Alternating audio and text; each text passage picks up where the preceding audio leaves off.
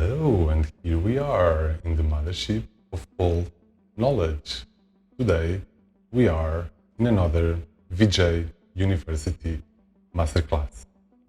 As usual, I will have the help of this pointer to guide you through the important stuff to further analyze the history facts to inspire you for your future creation. I believe this is really important. So, today we are going to talk about dome history. This is part 3 of a 3-part series of the history of domes and full dome. Today we will learn what happened between the 90s and the 20s. Today and a little bit about the future. In the 90s, the very first digital planetarium, the birth of many technologies for virtual reality, and then we went to the 90s, to the late 90s, where the few first full domes appeared, and then the 2010s, that's when it all happened massively for the arts. Let's learn about it, as I call it, the full dome story. We need to move to the other room. You don't need to do anything. Let's just go there in 1, 2, and 3. Here we are in the other room.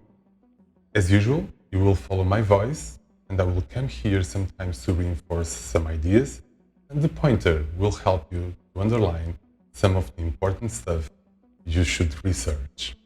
I think we are ready. Let's go.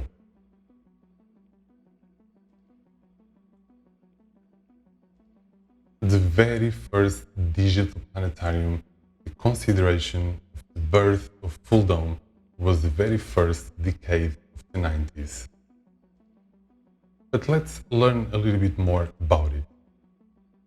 Full dome. This technology emerged in the early to mid-90s in the USA and in Japan. Companies were researching ways to digitally project digital video in domes. Full dome has its technological roots in domed architecture, as we saw right in the beginning of part 1, where we learn about all the history of our ancestors and religions with domes. Full dome has its technological roots in dome architecture. Of course, the planetariums, it plays a huge role in the world of full dome. The multiple projector film environments, like we saw in Expo in Japan, in part 2 of this dome history, they were using multiple projector film environments. And of course, our good friend Stan van der Beek with his immersive art, the storytelling of cinema, flight simulation, and virtual reality. These are the fundamentals of full dome and how we got to an industry which is still very young. So, in 1990, the very first calligraphic scan projection opens in London Planetarium in the UK. This is the Madame Tussauds. It's still there today. You can go and visit. It's the Wax Museum. The dome is still operating, obviously not with the original system, but it's worth to pay a visit for historical facts. The cave automatic virtual environment.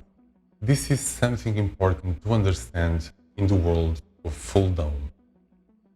The cave, it's no more than 3 walls and the floor being projected. You can see projection 1, 2, 3, 4 projectors, and the user is being triggered with its peripheral vision and also on the bottom. These environments were interactive in a way that you could interact with the environment. In this picture you see the projector there, the retro projections, and some sort of devices where they could interact with the environment. The cave, it was first developed in the Chicago Electronic Visualization Laboratory, the room in which realistic visuals were projected from outside and controlled by user movement inside, shutter glasses and mirrors. So this was the environment that made people interact with the digital world, the caves. The caves played also an important role in 1995 when the virtual reality was trying to get some sort of interactivity with the goggles and devices that you could wear. Nintendo and its Virtual Boy had no success. It was bulky, heavy, very bad resolution, only red and black 3D images, and the visuals were connected with a cable through a handheld controller. But yes, nice tries. It has to start somewhere. Also in 1995, the SIGGRAPH conference of 95, we had a whole day dedicated to the graphic design and production for hemispheric projection. So this was when, organized by Ed Land, he got together the professionals and talked about hemispheric projection, spherical perspective. How can you see things for visuals in spherical perspective? And edge blend video projection. Edge blend, it's very, very important to have an hemispheric projection. And the planetarium theaters that we had already in 95 for a few dozen of decades. And together with the caves that we just saw, the virtual reality systems, these were the attempts to create the new medium with enhanced illusion of presence. The roots for Full Dome were created.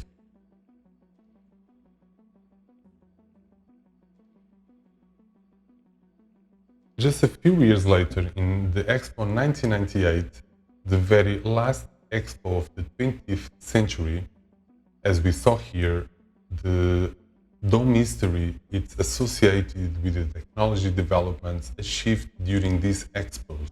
So the very last 20th century Expo in the world was in 1998 in Lisbon with the Oceania Virtual Reality Pavilion.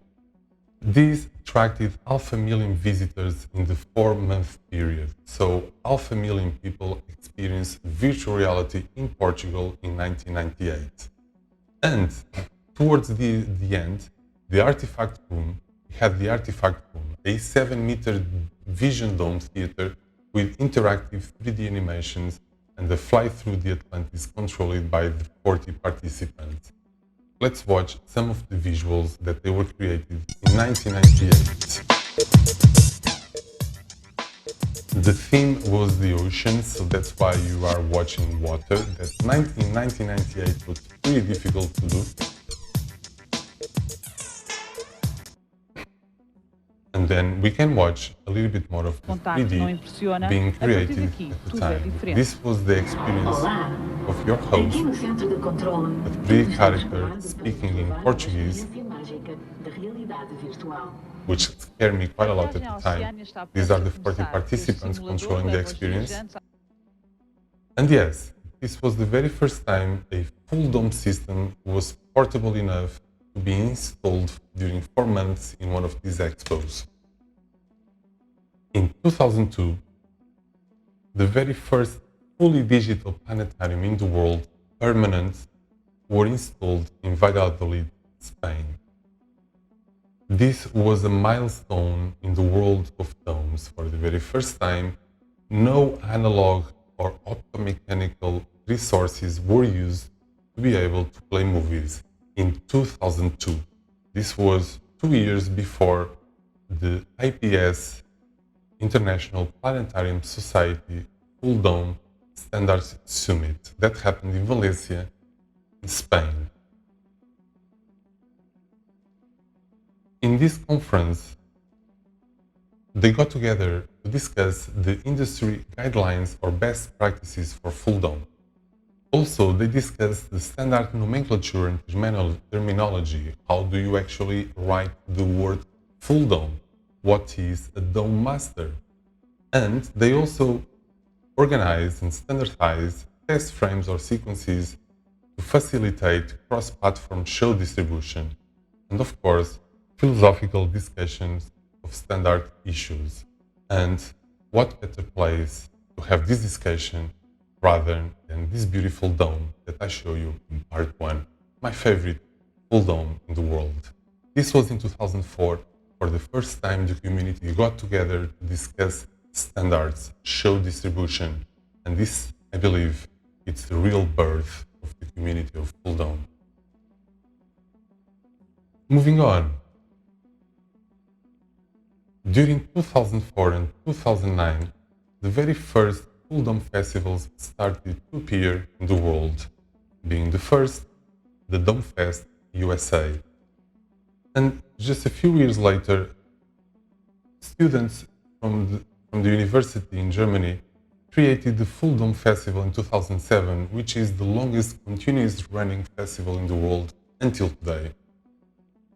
2009, we saw the Immersive Film Festival in Portugal breaking through for the very first time, bringing digital dome technology to Portugal and the best films in full dome to the country. In the same year, Full Dome UK, myself, I organized this festival in the Plymouth Dome in the university, where we had only a few attendants, but it was crucial to discuss about the future of Full Dome. This was the year of 2009, and many things have happened. I highly recommend you to look into these festivals because this is a great way to professionalize your content. As you can tell, these festivals run over 10 years and many artists have reached professional levels and creative levels because of these festivals. They are a great way to show your content to the world right in the beginning of your career. If you are a professional creative, there's also sections for competitions where you can actually get some cash prize and get some money on a competition that it's judged by professional full dome artists and not only. So I highly recommend you to send your content to these festivals, as we are going to see later in this presentation. We will, 2021, have a great selection of festivals for you. Just want you to remember that these festivals are not something that happened last year. These are running for over 10 years. So I hope you enjoy what I just said, put it in your head, and send your content to full dome festivals around the world.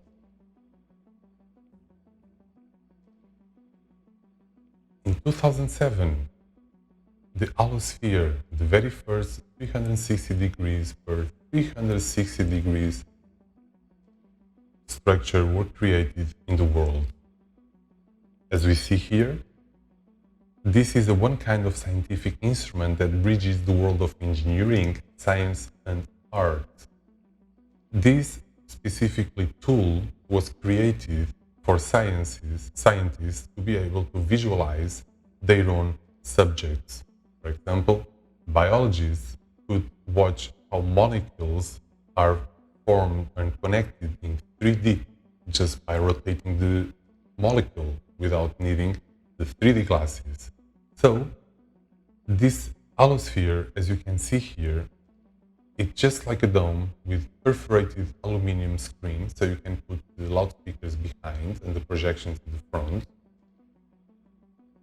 It has a corridor where people are in this right moment holding their hands so they don't fall, and it has a beautiful projection system where you have a 360 per 360 projection, which I think is spectacular. So the scientists, they wear glasses and interactive tools that support them so they can guide themselves to the research subjects they are developing. In 2008, the very first permanent full-dome 8K planetarium opened in Beijing. We normally in the full-dome world use 4K resolution to cross-distribute our work and to VJ. But in Beijing, over 10 years ago, the very first 8K resolution planetarium opened. This was a tremendous milestone, and until today, you can count maybe in the fingers of my hand how many 8K planetariums there are in the world. So yes, although this is a very important resolution, in 2008 it was impossible to create content for that. Now, so much easier. The 8K is the resolution of the next 5 years. You can see some pictures here. It has 60,000 lumens and 8K per 8K full dome projection system. Beautiful structure. And in 2008, the full dome 3D in the center of Hawaii first appeared.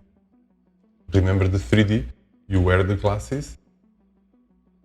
There are some sort of contradiction by wearing glasses inside the dome, because glasses covers your peripheral vision, and inside the dome, to be fully immersed, you need the peripheral vision to be triggered.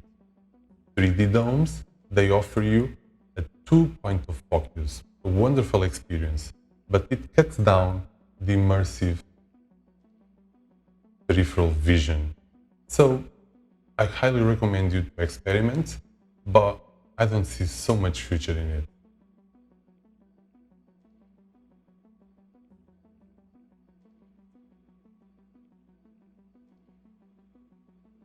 In 2010, SAT, Montreal, this was when everything changed in the world of art and domes. SAT, Society of Arts and Technology, the very first full dome created with the only purpose to develop the arts, the digital arts. So let's learn a little bit more about it. Here, it's a dome being built. As you can tell, this is inside the dome. The structure actually goes to the floor. It's a 19 meters diameter wide, and the structure actually goes to the floor. And for this particular occasion, for the party, they took down this panel so people could move around. You can see the projector there, another projector there, another projector there, and there. So you can see how well equipped with ambisonics, with a full dome H-channel system this place is. And they receive artists, they help them to develop their careers, they do artists in residencies. So I strongly recommend you to search everything about this place. The Center for Multidisciplinary Research Production dedicated to the digital culture. So yes, in terms of a curiosity, I would like to point out that this is the SAT Dome, as you can tell here, the Center dedicated for the digital culture and the arts. And if you notice, this little tiny dome here, it's actually a mosque. So if you look at it from the other side, we can see the actual SAT Dome, the Center of the Digital Arts, sitting just side by side by the local mosque, exhibiting two small domes. So if you imagine and you remember the first part of this dome history, these have thousands of years apart, and they both use the same structures, places for transcendence. In 2010, the wave field synthesis came to the world. Although it was developed in the beginning of 2000s, the wave field synthesis is a spatial audio rendering technique only made possible with the advances in technology and the price being lower by the 2010s. The spatial audio rendering technique, it's no more than wave field synthesis. It produces an artificial wavefront synthesized by a large number of individual driven speakers. As you can see, all these individual speakers, they project sound, and all together they work to create sound objects. This is another example of these tiny speakers, and the sound object is placed in the desired position in space, regardless of the physical loudspeaker position and the geometry of the space. So I can place my sound object anywhere where I want, and it's not dependent on the physical position of the speaker.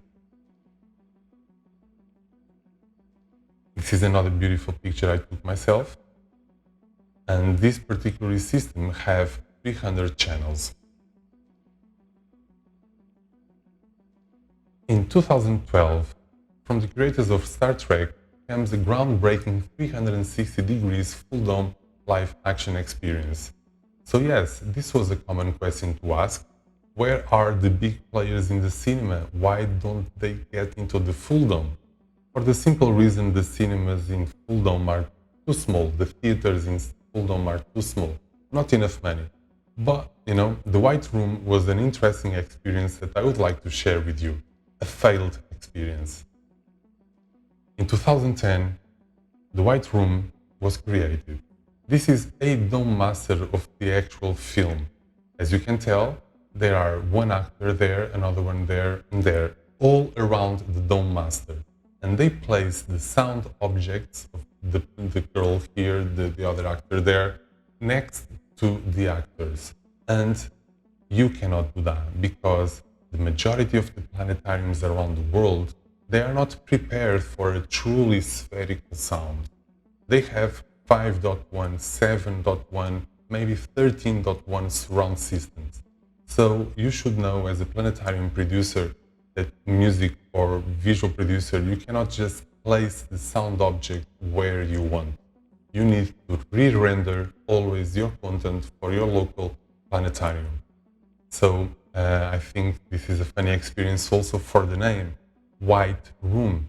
You should never play the white inside a dome because it's too bright. You should go darker, never too dark, but also never too bright. So I thought it was interesting to show you this failed attempt from Hollywood to get into the full dome industries. And then in the 2013s, this was the digital dome market. Only 1,000 digital dome screens worldwide. And this is when I realized that there were 30,000 planetariums in the world and only 1,000 were digital. So I thought, we need software art to do this. So that's when I got together with my friends, VJ Spetto and Roger Sudre, and we created the BLENDY Dome VJ. The BLENDY Dome VJ is a full dome mapping software, really cheap, low entry price money for people who want to get into the full dome business. And the impossibility to get into the dome business because the high price of the software, it still is a reality today. So our idea was to develop a tool really accessible to all. And in just over 2 years, we are already in 30 countries, in clubs, in planetariums. So we really felt that we managed to make it more accessible to everyone. This is a picture of a show that I did with my BLENDY Dome VJ colleagues. I am just here, as you can tell, really small. This is a 23-meter planetarium, the biggest planetarium in South America, in Rio de Janeiro. Because of BLENDY Dome VJ, $1,000 software, we were able to project in one of the biggest domes in South America. For the first time, we brought the projectors, like any other show. We used our software, we did the show. Spectacular. And that was the feeling that we turned it possible for so many artists, people like us around the world. Go to your local planetarium, take a cheap DVD, your laptop, and you're ready to go. Because of that, many people and many shows were available around the world. One of them that I would like to show you was the one at MoMA in New York.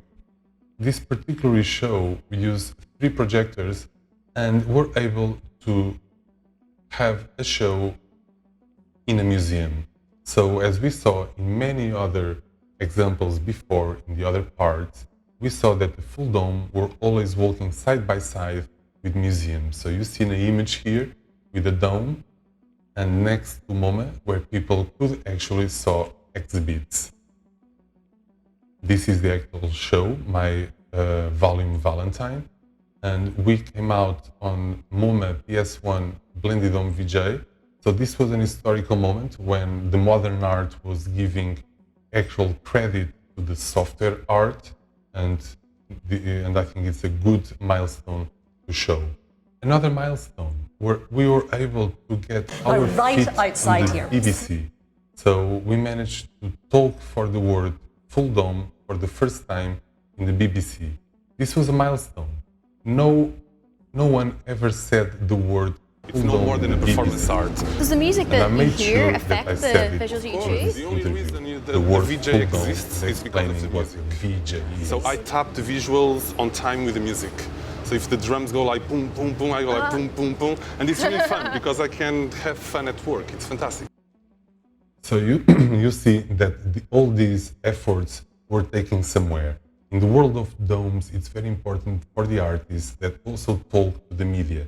So, and make your own videos and show it to the world. That's what we all did. And in Los Angeles,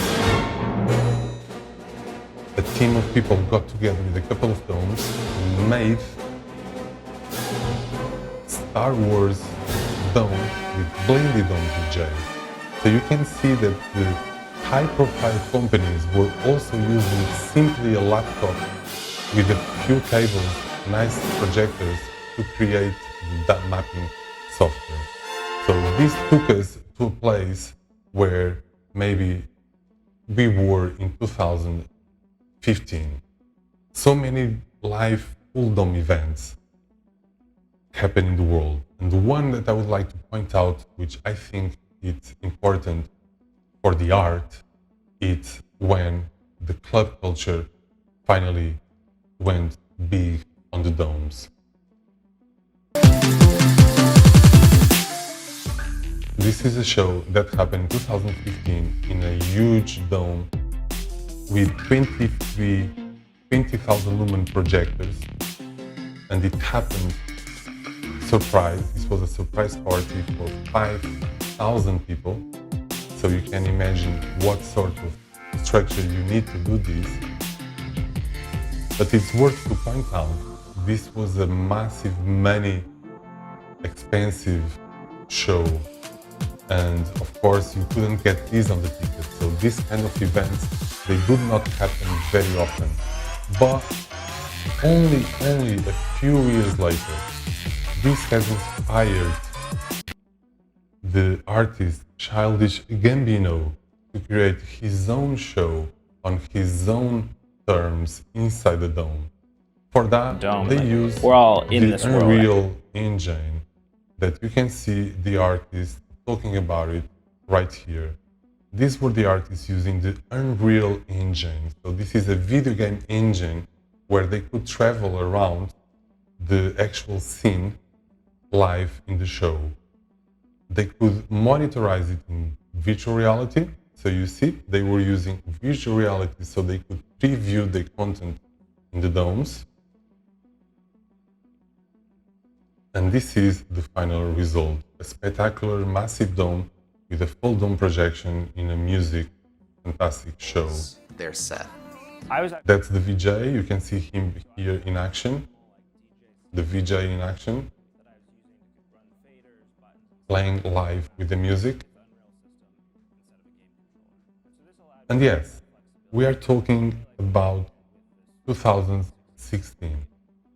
And right at that moment, from 2010 to 2016, the virtual reality was already common everywhere in the world. So from a Google Cardboard, $15, to a HoloLens of $3,000, there are all sorts of virtual reality devices for everyone. So, how can you merge these into a full dome? For that, it's simple. There is a planetarium experience in virtual reality. In 2017, this software were made available to the world, where you could actually, inside the virtual reality system, be inside the planetarium. These are some of the pictures. This is a virtual reality photo. It's not real. So you could experience traveling around the dome, move your head around the actual content. So to pre-visualize your full dome content, it's really important. But the beginning of 2020, we saw something spectacular for the world of full dome. The LED dome. Yes, it has arrived.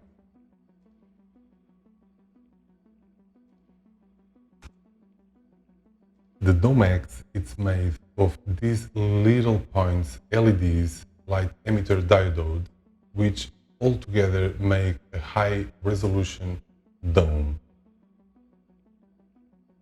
It has already opened. This is actually already an LED structure and screen. You can see that the peripheral vision works on top, left, right, and on bottom. That's why there's some elevated platforms. And high resolution, beautiful. But in 2020, we know it also happened. We all went to the studios, no domes around the world, so we had to be creative by working together. By working together, I would like to show you some software briefly, which was created during the pandemic that will help you tremendously to work in a group. This is a milestone.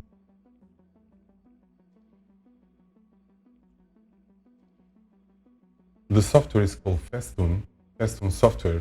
I won't talk much about it, I will just drop it here, but I highly recommend you if you want to work with groups in different teams, this is a perfect tool to work without a dome.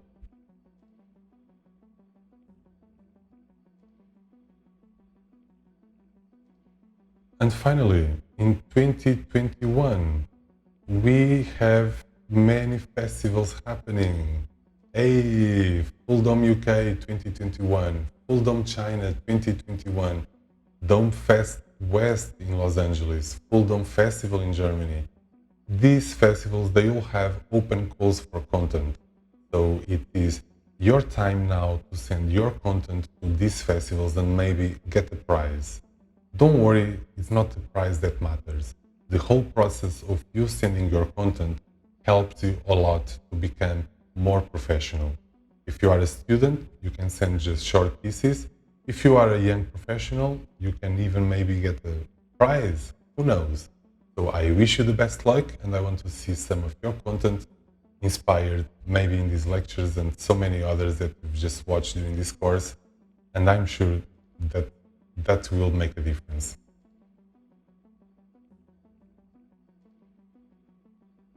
And now, 100 years ago, I want you to remember that the frontiers of human exploration were the poles of the Earth.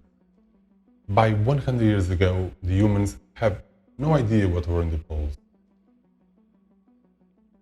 And now, we have developed computers that gather and reduce information at alarming age. Computers went from the size of the Van der Beek's computer in the 60s of a room to a really tiny microchip. And the spherical screens and virtual reality have been great beneficiaries of these advantages. And yes, the proof of that, it's right here. In 2023, the MGM sphere will open. We are talking about the insane concert venue of the future with this giant LED video. What do you think is giant? We are talking about a venue of 17,000 seats. A huge venue. A game changer in the world of full dome. We're talking about the biggest permanent dome, maybe hosts only 600 people. The biggest mobile dome that we saw, it hosted 5,000 people. This structure will host 17,000 people, hundreds of channels of audio. The structure is not ready yet. This is an artistic impression. But you can easily see the sheer size of it. That's how you fit everyone. Hundreds of sound channels, massive resolution screen. And yes, it's not built yet, but it's almost there. I have some pictures. It's going there. In 2023, they say it will open. It was supposed to open during the pandemic. For obvious reasons, it didn't. So the next deadline is 2023. So I want you to watch out for the future, because to understand the future, you need to comprehend the past. Please, let's think about this.